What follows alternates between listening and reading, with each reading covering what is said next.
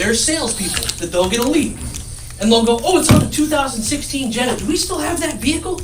Oh, before I call this person, I better drive out to the other lot and see if it's here. You're just wasting time. That's what I was doing.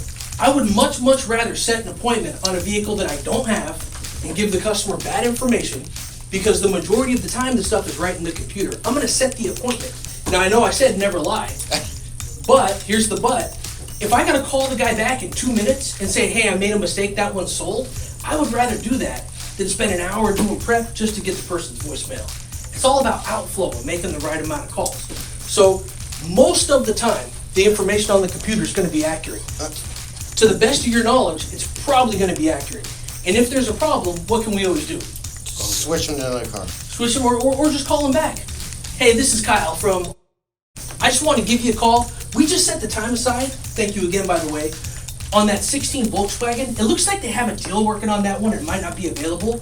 I really want to buy your Kia though, so why don't you come down, let me take a look at your Kia, and then while you're here, I'll show you all the other cars. What's the worst that could happen? You're in the same spot as you were when you didn't have the appointment. Write this down, please. Set the appointment, call the person back. If you need to set the appointment based on a promise, pricing, availability, trade, whatever, set it, and then call the person back.